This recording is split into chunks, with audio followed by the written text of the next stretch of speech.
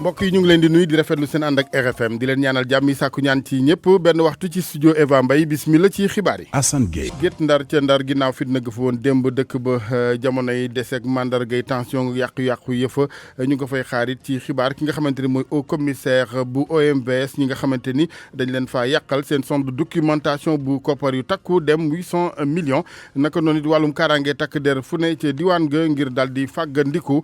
ministre de la pêche moom monsieur Alioune Ndoye la mu bëgg ci ñii di nappkat yi mooy ñu ànd ak dal ca xam ni kilifa yi ñu ngi ci wàllu waxtaan yeeg naatangooy Mauritanie ngir saafara ci licence de pêche yooyu waral fitna gi wàllu wér-gu-yaram ak jàngoro coronavirus waajur yi ndongo yi fare ci Chine bu nu sañoon ñu delloo si leen seen i doom ministre bi ñu dénk wàllu ko wér-gu-yaram moom xëy ci janook taskatu xibaar yi xam le ni Sénégal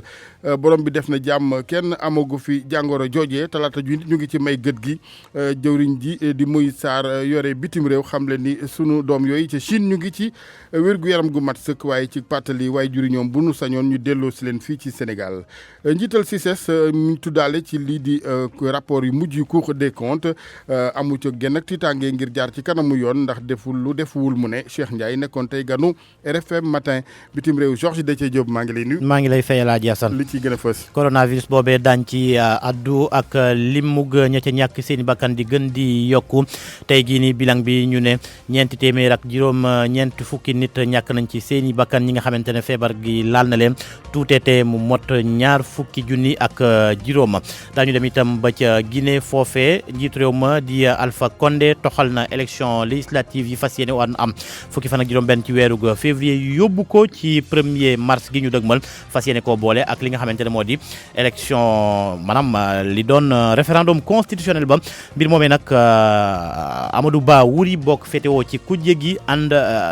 àdduna ca moom nee na daal loolu mën na yóbbu réew ma ca guuta te réew yi nga xamante ne ñoo jege Guinée war nañ cee àddu. jërëjëf Georges ba ci kanam ngir yaatal gi sport gi ak Cheikh Tidiane Diagne sëñ Cheikh ñu ngi lay nuyu. maa ngi lay fay Alaaji Assane Gueye CAF di kuréel bi nga xamante ne moo ŋànk football fii nii ci Afrique daal di taxawal ab bànqaas bi nga xamante ne dana caytu stade ya ca baax ak ya ca baaxul bu ko daal defee ñu mën a jël dogal ci lu jëm ci wàllu éliminatoire coupe du monde Qatar 2022 Sénégal nag ci mbir moomu la sax am nañ ci tontu jëmale ko ci mbir moomu donte sax jàpp nañu ni jamono gi stade du Sénégal yi am na fa mu sooxee wàllu politique itam ci sport bi nañ ko waxtaanee ndax Mamadou Niang di doomu Sénégal nekk ci Olympique de Marseille nekkoon fa jamono moom nag fi mu toll nii daal dina sóobu ci wàllum politique ngir jàppale kenn ci ay candidat ci élection municipale yi na ma amal foofu itam leneen li nga xamante ne fas nañ ko waxtaanee ci xibaaru tàggat yaram yi di wàllum karaté ak lii di championnat d'Afrique bu senior junior ak cadet ca Tanger ca Maroc lañ koy daal di amal Sénégal di équipe championne en titre moom ma nga ca te pexem moo di fexe ba jëlaat mbir mi dellu siwaat fii nii ci Dakar. jërëjëf Cheikh Tidiane yéen i kaay yeeg Mamadou Mouhamed Ndiaye gis-gis ak RFM tey waxtaan wi di fitna ga woon démb ca Guet Ndar ak lii di licence de pêche yi waral coow li ci technique bi Abdoulaye Diop régisseur d'antenne Oumar Diaw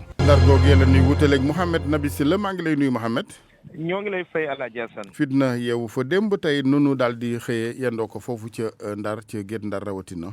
waaw démb mu am fitna gu rëy tey mu am dalandi lii tax ci kaw pom Moustapha Malick Gueye benn auto blindé bu police moo nekk ci digg bi ci wet ga nga xamee ni dafa féete ci île bi lii di takk der yi ba nga fa lool fi nga xam ne nag nekk na ci wàllu Guet Ndar ay gone def ay groupe taxaw daal jàkkaarloo ak ñoom dem bi ak dellu si bi amul ci pom Moustapha Malick Gueye woto demul nit demul mu doon ci jamono joo xam ni nag nit ñi ñoo ngi xaarandi ci dëkk bi au commissaire de l'OMVS moom mi nga xamee ni Ahmed Séméga Diamé dana ñëw xool ci centre de documentation et des archives bi nga xamee ni dafa nekkoon ci Ndar tuuta biig ci guddi ñu lakk li nga xamee ni aju na ci wàllu yàqu-yàqu yi ñenn ñi sax xayma ko ci lu mot juróom-ñetti téeméeri millions ci l'hôpital bu Ndar nag liggéeykat yi ñoom seen wàllu bopp jot nañ daal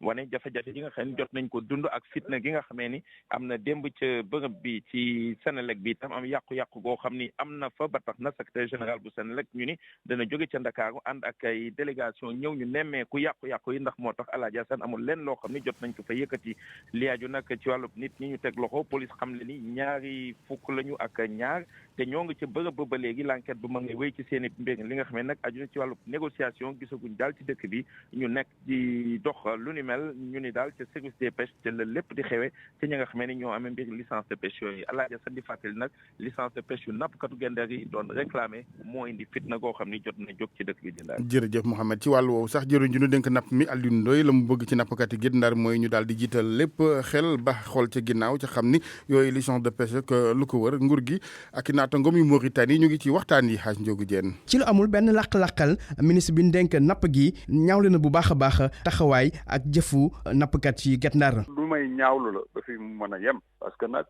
quand même du noonu la citoyen war a waxee li mu bëgg surtout bu dee li mu bëgg d'abord nekkul ci yoon parce que li may dégg boobu ba léegi nit ñi nekkuñu ci yoon licence yi ñun dañu dem dimbali leen négocier leen pour ñu am ay licence de pêche ci réewum Mauritanie état bu souverain la. moom Aliou Ndoye yokk si ne mbirum licence de pêche bi ñuy wax lijjanti leen ko ak réewum Mauritanie ba ñu yokkal leen app gi mu waroon a jeex. jàpp leen ni 400 licences la ñuy wax 400 licences yi maanaam xam ngeen ay ceinture nan la bu dee ñaar la donc 200 propriétaires en gros proroger seeni protocole accord boobu pour at encore beneen at loolu yëpp di ay ngëneel yoo xam ne defal nañ ñu ko. wante fi mu toll nii coow li mooy mbirum alamaan gi nga xamante ne réew Mauritanie da koy alamaan nappkat yi nga xamante ne fay ñu li ñu waroon fay ni ñu ko waxee woon ci déggoo bi dox diggante ñaari réew yi Aliou Ndoye. Mauritanie dem na ba may leen 3e trimestre bi fayatuñu ko dañu waroon ko fay parce que ci protocole lañ ko xaatit ñu dindi loolu pénalité yooyu Mauritanie fi may wax ak yow demoon na ba annuler 75% ci pénalité yooyu ñu doon continuer négociation bëgg rek parce que dañuy démarrer waat ci lu bees ñu annuler pénalité yëpp waaw waaye xëy yaa xayti loolu bu nit di la ko liggéeyal doo xëy bis nga taal dëkk bi. gannaaw ay waxtaan ñaari gouvernement yi juboo woon nañu ci weer décembre 2018 ci ne Mauritanie dina jox Sénégal 400 licence pour nappkat yi waaye ñoom dañ leen a appaloon ñu war a napp foofu lu toll ci 50 000 di juróom fukki junniy tonnu jën ci diirug benn at. jërëjëf Alaaji Njogu leneen ci xibaar ñeel doomi Sénégal yi fare ci Chine ak jàngoro ji nga xamante ni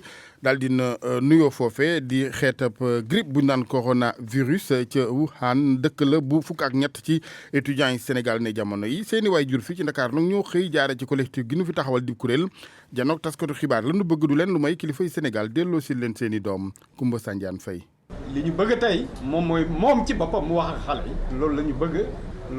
laata muy xaajal kàddoom ronga ñi tuuru ci dënn gi Yoro Ba yeneen waajurub ndongo yuy dund ci Chine daal di koy wër ñoom ñëpp seen xol naqari yooyu lépp waajurub ndongo ñu bloqué ci Wuhan fi virus bi di corona ëppee mel ni ñu ñuy waajal ci tàgge seeni doom ñooñee leen rek doon lu ñu bëgg mooy ñu indil leen doom yooyee ñu bokk ak gépp Sénégal. wax leen ne que sunuy doomu réew mee fa rek lañ ca dégg am na lu ca des message bi dañ ko tronqué lañ ca jot a dégg tiital nañu Sénégal toll na fi nga xam ne fii tey lu mu bëgg ci àddina bi war na ko mën a am li ñuy laaj vraiment président Macky Sall mu dimbali ñu dem jëli xale yi. bés bu yàlla sàkk ñu ngi dégganteeg seeni doom yooyee toll ci fukk ak ñett ci seen kàddu ba jamono ji dara jotu leen ñu ngi ànd ak wéex wante ba tey ñuy xamle ne xale yooyee tiit nañu di dund njàkkare. ñoom xale yi dara jotu leen yàlla na continuer mais xale buy yeewu war a wuti lu mu lekk ñaari kilomètres boo génnee ci mbedd mi aussi ñëpp lay daw. ñuy biral ne wóor na leen ne kilifa yi am nañu relation diplomatique waaye it koppar gi doy ngir indi seen doom naka yeneen réew yi di defee. parce que am nañu xaalis bi am nañu avion yi am nañu matukaay yi. ñoo ngi leen di laaj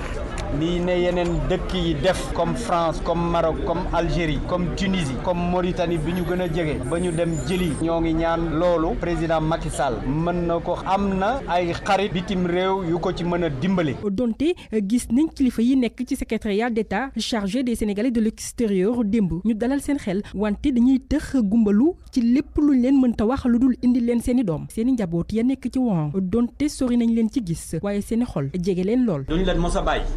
sunu xel saa bu ñu jullee ñu ngi leen di ñaanal saa bu ñu yeewoo ñu ngi leen di xalaat. Kumba Sanjaan wax nga ko kilifa yi ci sénégalais yi fare bitim réew di secrétaire d'État bi nu dénk fànn woowe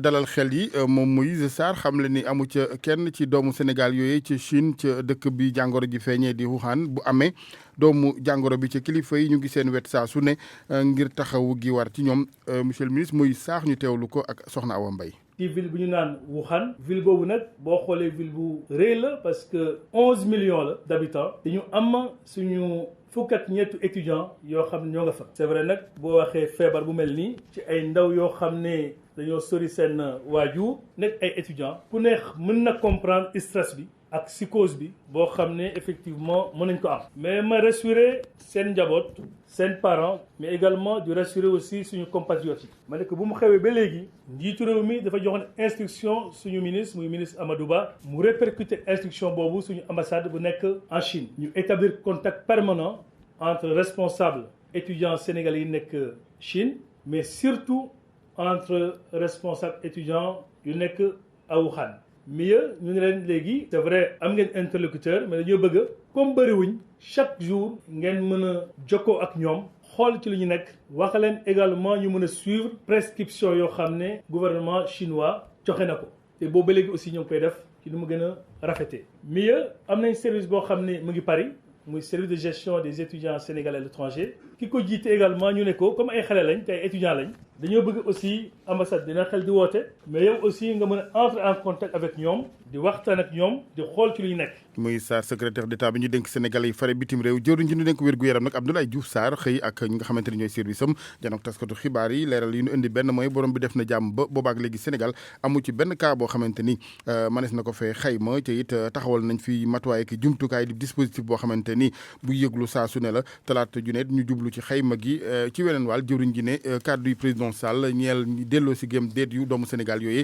xëy na ni nu ko tinkee ci wàllu càmbar gi fa la ak réeroo am fàttali ne ministère bi ak i service am xëyee tey jii janook taskatu xibaar yi ñeel jàngoro ji di coronavirus Adja Awa Mbaye nga fa woon. épidémie bi bari na ci Chine am na ci yenn dëkk yi ci àdduna bi waaye Sénégal wàññeegut benn doomam bu am jàngoro jooju ministre de la santé Abdoulaye Diouf Sarr ne am na ay jumtuwaay yu xarañ yoo xamante ne Sénégal am na ko ngir toppatoo lépp lu jëm ci feebar boobu bu nekkee am na ci benn cas wala sax lu ko ëpp. tey képp kuy yëngatu si mbir mi muy ñi yor lu ñuy wax surveillance bi pour xool mbir mi est-ce que am na ñi yor transport bi ñi yor riposte bi mooy bu amee naka la ñuy koy xeexe ñi yori laboratoire yi bu fekkee dañu am lu ñu suspecté nan la ñuy jeexee ba xam ndax moom la am de ñi xamante ne ñoo yore aéroport yi di gérer dugg bi ak génn bi ministère bi xamante ne moom moo yore sénégalais yi nekk à l'étranger organisation mondiale de la santé ñun ñëpp ñu pencoo ko waxtaane ko pour jël information bu baax bi man ko jox sénégalais yi. gannaaw ba njiitu réew mi waxee ne Sénégal mënta indi doomu Sénégal yi nekk foofee ca Wuhan ministre de la santé gis ne ñu bëri kon dañoo suppar ñi ay waxam bëgg koo yóbbu fu mu eggul Abdoulaye Diouf Sarr ne président de la République li mën a nekk la wax waaye teewut mi ngi def kéem kàttanam ngir doomu sénégalais yi nekk foofee bañ a am feebar bi. bu doon ne affrété avion rek wàcc aéroport jël ay nit indi leen président de la République def na ko bu yàgg. jël na sax avion boppam yóbbu ko mais mbir yi il faut ñu leeral ne demeewul noonu te yombewul noonu parce que avion biy jóge fii war a wàcc foofu personnel bi mu laaj équipement bi mu laaj dispositif bi mu laaj ak lépp loo xamante ne moom la laaj pour que ñu wàcce avion boobu amul si réew mi bu fekkente ne nag président noonu la waxee ñu jël dippar ñi wax bi indi ko leneen yaakaar naa ne loolu méngoowul ak la réalité. Sénégal nag namm ay jumtuwaayam ngir ñu gën a mën a xarañ jëm ci xeex jàngoro ji di coronavirus sosoo ca réewum Chine am lim bu bari ñu ci faatu tax ba tey dëkk yëpp ñoo tiit ku nekk ragal ñu wàll la. Touba Mbacké lakk gëfa woon démb ba ñaari tuut tànk faatu ca ñetteel ba tey ci njaboot genn gi ñu rawale woon Matlabul Fawzeyni borom bi def na moom it mu génn àddina muy tiis ak naqar ca njaboot gënaam waaye diwaan ga yëpp nga xamante ni fan yi seetlu lañ ni ji yu ni mel mu nga fay bëgg a bari nag ca saa su ne ci njaboot yi dem na ci askan bi ñenn ñi ginnaaw yéemu gi gis ne yenn ci waajur nag ñoo war a gën a baaxal njaboot gi gën a sàmm gune yi Marema Diop. tout tànk yi di faatu fii ci Touba ci anam bu jéggi dayoo Maguette Sène dëkk ca Touba Daaru Marnaan ñu fekk ko ca fa muy jaayee ndékki mu joxoñ baaraamu tuuma waajur yi jàpp ni dañoo génn seen loxo ci anam ga ñuy yaree ndaw yi. ci waajur yi la ñoo toppatoowul seen doom yi ndax jug rek dem liggéey wàcc sa doom xamoo si lu mu nekk bàyyi woo ci ko ci benn loxo bu wóor wala nga bàyyi ko ci mag moo xam ne tanewu ko boo xam ne du ko mën a toppatoo mag boo xam ne mënulul boppam dara xam nga ne kooku mënta toppatoo xale balaa ngaa dem da ngay jël sa doom teg ko ci loxo yu wóor doog di dem. ñàkk gi mën naa firndeel lu ni mel ku si xëy yaa ngay uti loo def ci sa biir waaye nag wërta tee nga xam ne kat tout tànk lu jara fonk la ay dara moo gisee nu ni mel la. njaboot moom boo ko yoree vraiment da nga war a jël say disposition ba boo gisee aussi lu bëri aussi lu tax parents yi taluñ seen doom yi tamit pauvreté bi si la bokk parce que ñu si bëri taluñ lu dul xëy dem wuti lu jox seen doom ak yooyu noonu de ce fait doo mën a nekk au four et au moulin donc loolu pauvreté la nag boo nee pauvreté tamit état am na ci responsabilité. kawteef bu ni mel amul kenn koo xam ne sa loxo jug na ci biir kër gi ndax kat war nañ di randal lépp luy gaañ maam ji di ñaax ñëpp ci lu ni mel. bërki démb tamit fii xale bi def na ko taale gaz yi matelas bi daa lakk ba jeex tàkk ba almet yeeg bagage yuy gaañee xale rek moom lépp da nga koy dindi muy paaka di almet luy taar rek ak luy gaañee le ba xale du ci gis soo rootee sa bassin ba mu fees wutal ko kànnaar tëj su mag ñëwee ubbi root tëjaat. lu tolloog fukk wala lu ko ëpp ci ay tuut tànk faatu nañ ci diirub juróom benn weer bu ñu lakkul ñoom lap nañ ci mbànn ndox yi nga xam ne ñoo nekk ci kër yi fii ci Touba ñi ñu dajeel jàpp ni waajur yi ñoo war a delloosiwaat seen xel ci njaboot gi waaye itam di leen surveiller bu baax a baax ngir moytandiku yii xeeti musiba Marema Diop fii ci Touba RFM. jërëjëf soxna Marema ñu del si Ndakaaru dem ba Petersen ak lakk ga foon bi que ay millions naaw ca ñenn ñi jàpp ne wàllu li nga xamante ni mooy branché gi ci nu mu la neexee kii di sous-préfet bu Dakar Plateau daal dina xëy dem fa ñoom féddalik njàppale xamal leen nit ne lu jëm ci liggéey yëpp fañ leen war a sancal bees ci lu yàggutul mu noppi sous-préfet Dakar Plateau Djibi Diallo ak soxna Aïssatou Faye Boudion. ay sénégalais ñooy liggéey ci lu mel nii donc ala kulli xaalim donc njàppale leen vraiment di masawu marchand ambulant yi di leen masawu di métti na trop métti na ñàkk sa alal dafa métti parce que ay jeunes la ñuy liggéey wax dëgg yàlla xëy rek ñàkk ko métti na mais aussi comme ni ko faral di waxee toujours il faut ñu trouver ay solution ensemble ñu liggéey ñun ñëpp pour mën a trouver ay solution pour que nekk bi gën a ñoŋ gën a jaar yoon incha allah rek di ma tax ñu ñëw pour masawu leen bu ñu jéem a xool ensemble naka la ñuy def ba aménagement bi ñuy def ñu terminé ko xale yi mën a dugg ci jàmm nekk si jàmm liggéey si jàmm pour que ñëpp na nekk si jàmm affaire bi xaalis lay laaj li mu laaj aussi doo boo ko denc day jafe moo tax mais actuellement nii ñu ngi am benn réunion dama ñëw bu ñu évaluer situation bi xool naka la ñuy def pour accélérer travaux yi pour ñu dem définitivement installer dans de bonnes conditions li ñaan tamit mooy que l'occupation anarchique dafa nekk toujours ay risques dama ko duma tay di ko wax moo tax toujours ma wax que ne l'occupation anarchique de la voie publique du ko bàyyi def aussi lii wër na rien ba tax ma parce que risque la risque yoo xamante ne day andi ay problème dinañ ko nangu aussi Sénégal yi bëgg ñu ordre nag fu mu amul désordre moo fay am désordre fu mu amee risque moo fay am risque boo amee yu mel lay jur donc bu ñu tegu ci yoon man ma accompagner leen c'est toujours que je demande pas plus on nekkul fi pour bu nasatal kenn lii dafa métti ñàkk population nekk ci kaw nekk ci ay risques habitants yi tey appartement bi ngay dëkk yow ak sa njaboot xëy ñu ne lakk na c'est compliqué mais nag il faut ñu wàcce dëkk aussi ça la vérité des choses. ñoom commerçant yi la ñu gis nag mooy yàgg nañoo yëg lu jëmee ci kilifa yi di alerte gi waaye ba tey dañoo gisul saafara ci woowu nekkin jur lu ci mel ni la woon fa biig dig lakk Aïssatou Faye Boudion. El Hadj Thiaw di commerçant ñàkk lu tolloog fanweer ak juróomi million ci sunuy koppar ci ay gëtëm installation clandestine bu courant bi moo andi li ni mel. installation clandestine rek la ci tali moom rek la leneen du leneen lu teedee 35 millions moom yàq na. mu taxaw ci buntu kantinam ay nit wër ko di ko masawu moom nee na lii bettu ko benn yoon. sappoor ñëw nañ mais biñ ñëwee amuñu accès pour mën a gaaw a dugg ci place bi ndax amuñu fuñ jaar parce que maire bi moo jël décret barré tali bi pendant 1 an et quelque wax nañu lii wax naa ko man personne ak mbooloo ni ko li nga installé fii dana fi mas a indi jéeye bis bu ñëwee nag borom kër yi sàmm lañ cee dee. Khalifa Thiaw nekk ab marchand ambulant moom itamit daanaka perte na ci lu bari. fii moom boo koy xayma saa bi ay millions moo fi nekk ndax man en fait bërki démb rek dama jënd ay bagages yu bees bagages li si jot a génn saa bi motul 200 000 bi ma réglé ak yeneen bagages yi fi nekkoon affaire yooyu li ma ñëwee li ma fekk lépp lakk ba jeex. kenn gaañu ci benn matériel ñàkkuñu ko ca waaye nag Issa Doucouré nekk ci premier étage di ñaawlu bu baax a baax yëf yi na mu demee.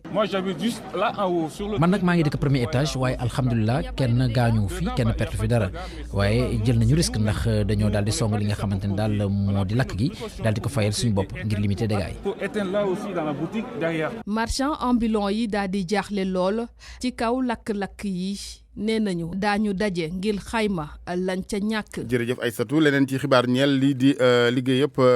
Cour des comptes et rapport yi mujjee génn ñeel yorin ci kopparu askan wi tudd nañ ci si sa njiit la directeur général bi nag moom jàppul ne tiitaange wares na am ci wetam ngir daal di dem bis ci kanamu yoon ndax ci bu dee liggéey bi jalgati amu ca ci it boobaak léegi ñu ngi wàccoog digley Cour des comptes directeur général Cissé Cheikh Ndiaye nekkoon tey ganu RFM matin. sincèrement sama xel dal na man moom CICES moom man sama xel dal na parce que ay recommandation lañ fa def te recommandation yi ñun noo ngi koy doxal ndànk-ndànk rapport bi ñun noo ngi ko yor depuis 2015 te tiitaru ñu yàqut suñu liggéey dara parce que ay recommandation ci nekk te recommandation yi noo ngi koy doxal Cour des comptes ma xamal na la ñoom ñu ngi def liggéey boo xam liggéey bu rafet la man bañ fa jógee léegi vraiment gis naa yokkute ci li may def ndax dañ maa won yoon bi te maa ngi jaar fi mu ne nii dañ ne il faut réduire les dépenses et ngeen sakkanal aussi kanal la ce qu'on a fait wax naa la ne la man voilà juróom-ñaari at mosuma jënd oto sama oto bi day dagg trop mosuma changé bureau ren laa changé bureau te loolu lépp pour sakkanal la les tickets d'entrée dama koy économiser ticket d'entrée yi ren am nañ ci 200 et quelques millions te dama ko def compte bloqué mosul am ci CICES lu ñuy réparé CICES maa ko réparé état bi deful li mu waroon def ci côté boobu donc wax dëgg yàlla ñun bu ñuy ñëwaatee di évaluer dinañ xam ne que recommandation pour des comptes yi ñun def nañ ci suñu cër. RFM bitim réew. Georges ñu tàmbale ko jàngoro ji nga xamante ne mooy grippe ba ca Chine ak na muy rek di lawe. ñu doo rek ñi nga xamante ne ñàkk nañ seen bakkan ak bilan bi mu ngi toll jamono ji ci ñeenti téeméeri nit ñi ca ñàkk seen bakkan toftalu ca juróom-ñeent fukki nit loolee gannaaw bi kilifa ya ca province bu Hubei xam leen ni am na juróom benn fukki cas yu bees ci ñi ñàkk seen i bakkan ak juróom RFI xamal ñu ne ñi nga xamante nag ñoom ñoo la feebar bi lal am na ñi ca yokku toll nañ ci ñetti téeméeri junni ak juróom-ñetti téeméer ak juróom-ñett fukk ak juróom-ñaar. loolee tax nag ba ñi nga xamante ne ñoo yor doomu jàngoro gi jamono ji ñu ngi leen xayma ci 24 324 maanaam ñaar fukki junni ak juróom yi manqué as tuut ca Japon nag nemeeku nañ ne fukki nit yi nekkoon ci ab bateau croisière ñoom dañ leen placé en quarantaine maanaam dañ leen nuñ koy waxee sax dañ leen ber ndax ñu ngeek doomi jàngoro ji Alaaji Asan ñu dem Guinée foofu référendum bi ci wàllu yeesali ñeel constitution bi la ñu daal di booleeg paluk député di législative yi ci bëccëg genn gi muy 1er mars. loolee ki ko xamle moo di waa bopp réew ma ñi ne ci bopp réew ma jaarle ko ci ab communiqué bu présidence mu di nag ab toxal élection législative yi nga xamante ne ñu ngi leen fas yéene woon organiser fukki fan ak juróom-benn ci weeru février gi ñu nekk nii ci ab tweet nag le président Alpha Condé xamle ni na signé na ab décret bi woo ñi woote woo leen ci couplage élection législative yi naka noonu itam ci référendum bi fas yéene mandargal constitution bees foofu ci Guinée ci projet boobee nag liñ ci mën a jàpp moo di mandat bu président ba dañ koy jëlee juróomi at yóbbu ko ci juróom-benni at yi nga xamante ne ku gagné benn yoon rek ngay mën a nekkaat candidat ca élection présidentielle foofu ca Guinée waa ku jëga nag am na ña ca addu bokk na ci Amadou Ba Wuri di njiital parti bii di UDD Union pour la démocratie et le développement moom Amadou Ba Wuri jokkoon nañu ak moom ca Conakry ga mu nekk jamono ji la mu wax moo di li Alpha Condé jël ni dogal mën naa yóbbu réewum Guinée ca guuta lu ñuy def actuellement réewul ci yoon 2 mandats la constitution la ko may bon mandat mu ngi jeex mu ngi wax léegi pour mu am 3e mandat mu ngi yàq constitution bi pour jéem a amaat beneen constitution xaritam yëpp ñu nekk Guinée ñu nekk ci bitim réew wax nañ ko bul jël boobu yoon population bi def na ay manifestation am na ñu bëri ñun ci rey mu ngi militariser une partie du pays loolu yëpp dafa mel ni ku dul gis leneen lu dul lu mu bëgg alors que lu muy def dafay déstabiliser réew Guinée am ay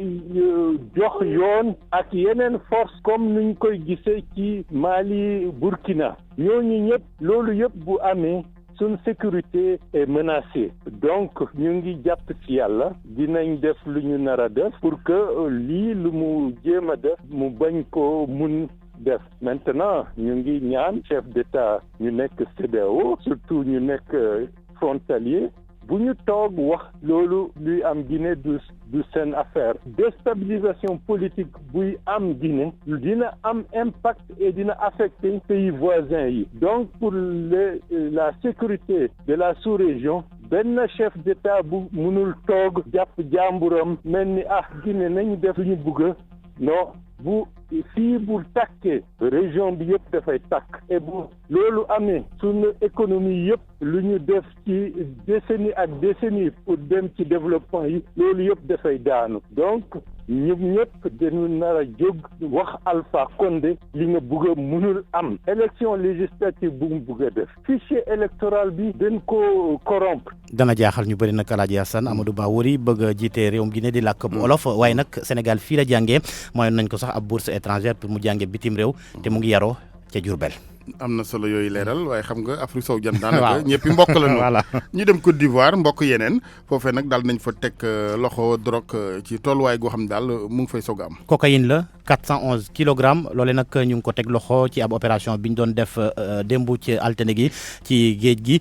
Jeune Afrique xamal ñu ne drogue googee ñu ngi ko xayma ci 40 millions de dollars ñu ngi ko jëlee nag ci ab navire bi nga xamante ne fa mu jóge moo di réew Brésil. sëñ Cheikh ñu tàmbale ko kaaf mi menacé stade yi nga xamante ni nekkuñ ci norme ngir daal di leen di bañ a nangul seen nag ubbite Sénégal nag daa mel ni moom loolu bokkul ci la koy tiital. waaw ñoom nee nañu loolu bokk ci la leen di tiital ndax lu mu gàtt stade Lat Dior bu Thiès daanaka ma ngi ci norme yi loolu nag di ab mbir mi nga xamante ne waa CAF dañ ko daal di waxtaane ba taxawal ab kuréel bu ñu tuddee commission d'inspection des stades ngir mu daal di caytu bépp stade bi nga xamante ne daal di nga dalal lii di éliminatoire mondial Qatar 2022 ñu ànd ak Soda Thiam. CAF dafa daal di taxawal benn commission d'inspection des stades yi nga xamante ni ñoom ñoo war a dalal match qualification ngir coupe du monde 2022 ci loolee nag CAF di xamle ni lu ñeel yooyu la jongante dootuñu nangu benn yoon di dem ci ay stades yoo xamante ni répondre ñu normes yi ci noonee bu fekkee nag stades yi la ñuy xaar ci ñoom defuñu ko daañu toxal seeni jongante yóbbu ko ci beneen bërëb. directeur chargé des infrastructures ci ministère des sports gannaaw bañ ko jotee téléphone nag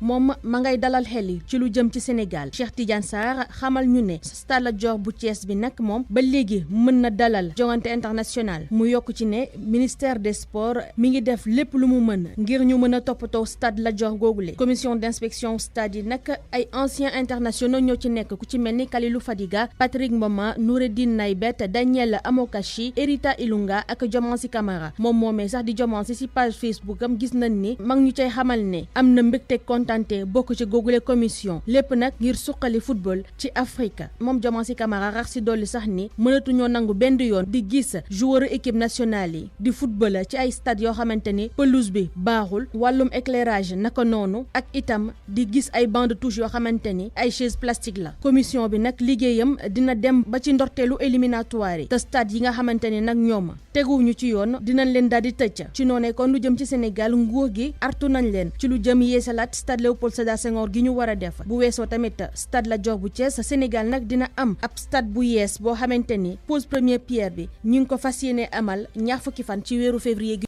jërëjëf Soda Thiam ñu waxtaanee Mamadou Niang ancien international. waaw bu Sénégal moom nag dugg na ci politique. ga ca tugal soobu na ci ba jeex tàkk moom mi nga xamante ni doonoon na fi jamono attaquant bu équipe nationale bu Sénégal doon itam attaquant bu Olympique bu Marseille moom nag lii di LRM seen candidat moom la daal di kon bokk topp di candidat de la République en marche